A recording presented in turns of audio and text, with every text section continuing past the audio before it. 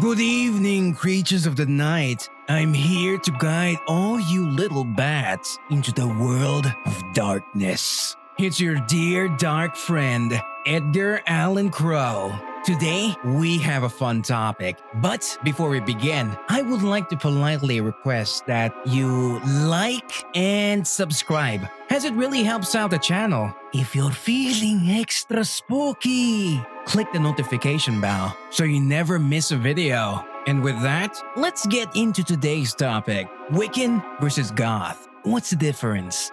Dearest creatures of the night, let's begin with an exercise in imagination. Pretend that you're at the best goth club in town, rocking all the amazing goth clothes that you impulse purchased over lockdown. You're feeling good. Your eyeliner is on point. You're slowly swaying to the beat when you see her.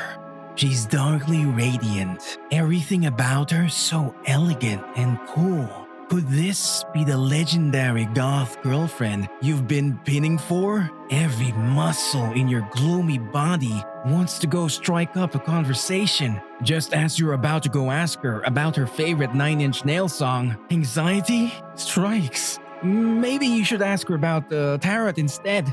You wonder to yourself, how do I know if she's goth or Wiccan? Is she both? Should I give her a candle as an offering of my affections? How do I impress this girl? Unfortunately, I struck out that time. But fear not, Dark Ones. Before you shrink back into a shadowy corner, I'm here to help you learn from my mistakes. Today's question that we shall answer, Goth versus Wiccan. What's the difference? Before we begin, I must make a disclaimer. There is a lot of overlap in Goth, Wiccan, and many dark alternative subcultures. Many Goths are also Wiccan, but they may not necessarily overlap. This isn't an anthropological study. This is simply a lighthearted video meant for fun. These are some of the biggest differences. If you have more to add to our list, please let us know in the comments. So, with that disclaimer aside, Goth versus Wiccan. What's the difference? Goth is a subculture. Wicca is a religion. Gugao, could you enlighten us a bit on where the term Goth comes from?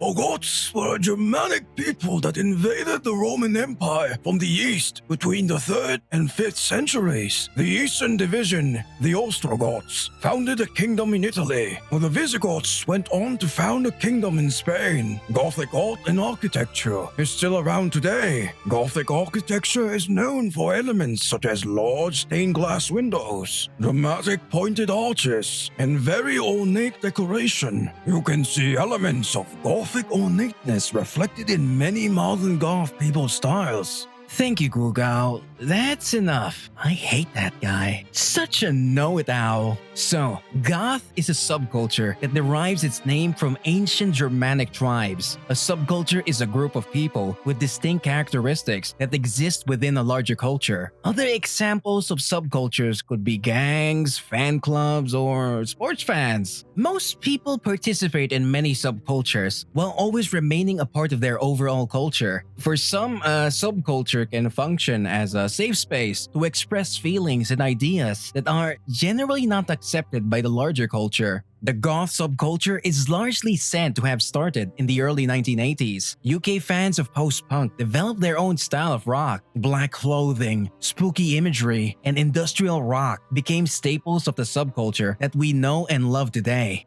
Goth identity has little to do with spirituality and is more of an expression of inner darkness. There are goths of all spiritual backgrounds. Many goths are atheist or agnostic, but there are definitely Christian goths, Wiccan goths, Buddhist goths, even gothic Satanists. Wicca is a religion, which is different from a subculture. Wicca is a form of modern paganism. UK-born Gerald Gardner is credited as the founder of Wicca, but he is not worshipped as a prophet or a saint. Unlike most modern religions, Wicca does not seem to have a central authority or any strict observances. Rituals and practices vary from person to person, but are often centered around natural phenomena like solstices, equinoxes, and full moons. A group of Wiccans that meet regularly is called a coven. But speaking from personal experience, most Wiccans do not have enough friends to form a coven. As with many religions, some people are quite serious about it, while others aren't.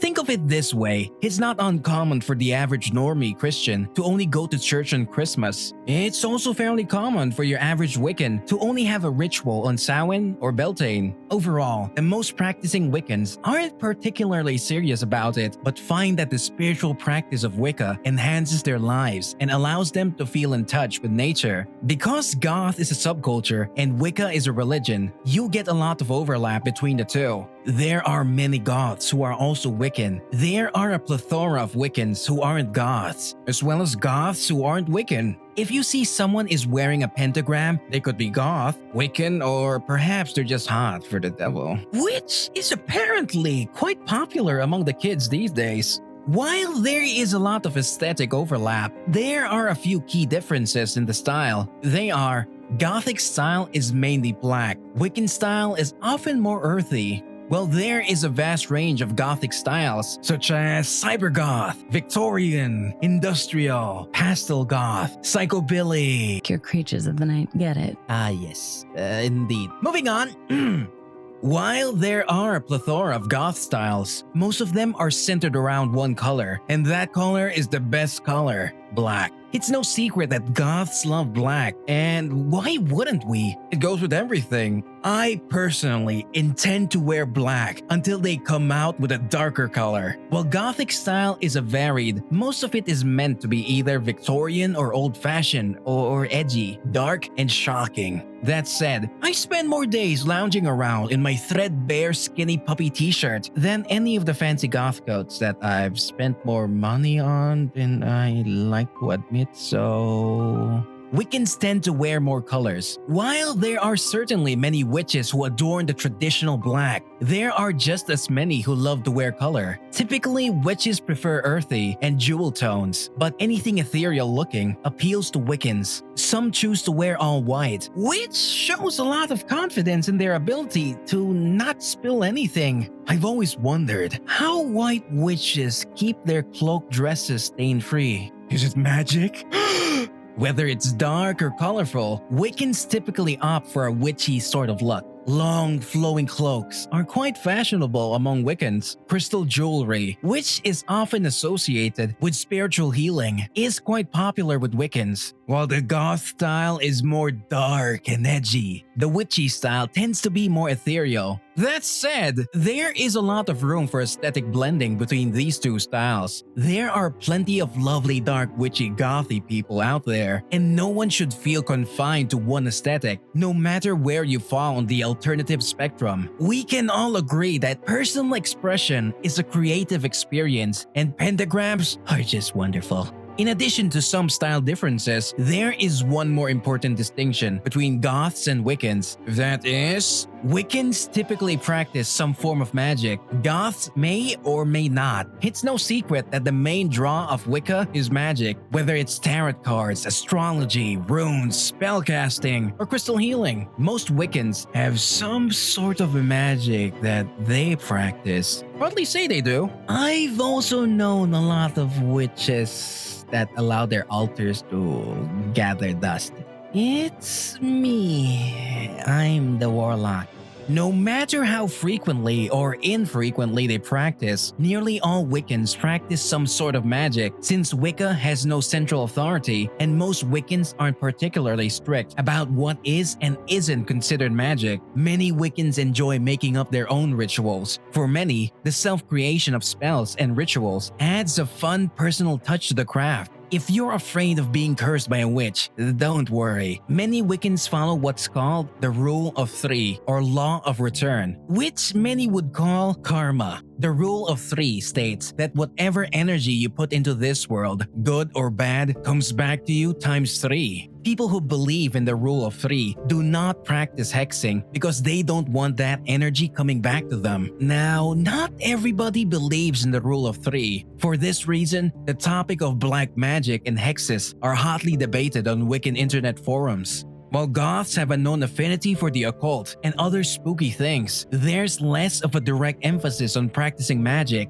Goths tend to enjoy the occult for the aesthetic and overall spook factor, rather than having a direct spiritual connection to the occult. Of course, there are definitely goths who have spiritual occult ties because, again, goth is what you make of it. If you enjoy a graveyard picnic for the ambiance, that's wonderful. And if you enjoy holding seances to communicate with the dead, that's great too. Please invite me to both events. There's no right or wrong way to express your inner darkness. In conclusion, because goth is a style and Wicca is a religion, there is much overlap between Gothic and Wiccan people. There is a similar affinity for occult aesthetics, pentagrams, and having too many candles. Goths and Wiccans largely agree that Halloween or Samhain is the best of all holidays, and that mysterious hoods with long flowing capes are the best items of clothing in existence. If you're having trouble defining your personal style, remember that you are never confined to one aesthetic, and there's no wrong way to express yourself. You can't tell everything about a person at a glance. So when you see that girl in the goth club, sway over to her and strike up a conversation. Ask her about her pentagram. She may be goth, Wiccan, or both. Most people are happy to tell you about themselves if you ask.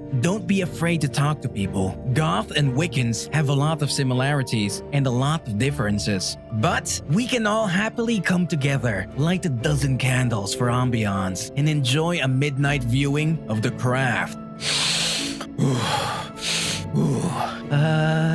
Hello there.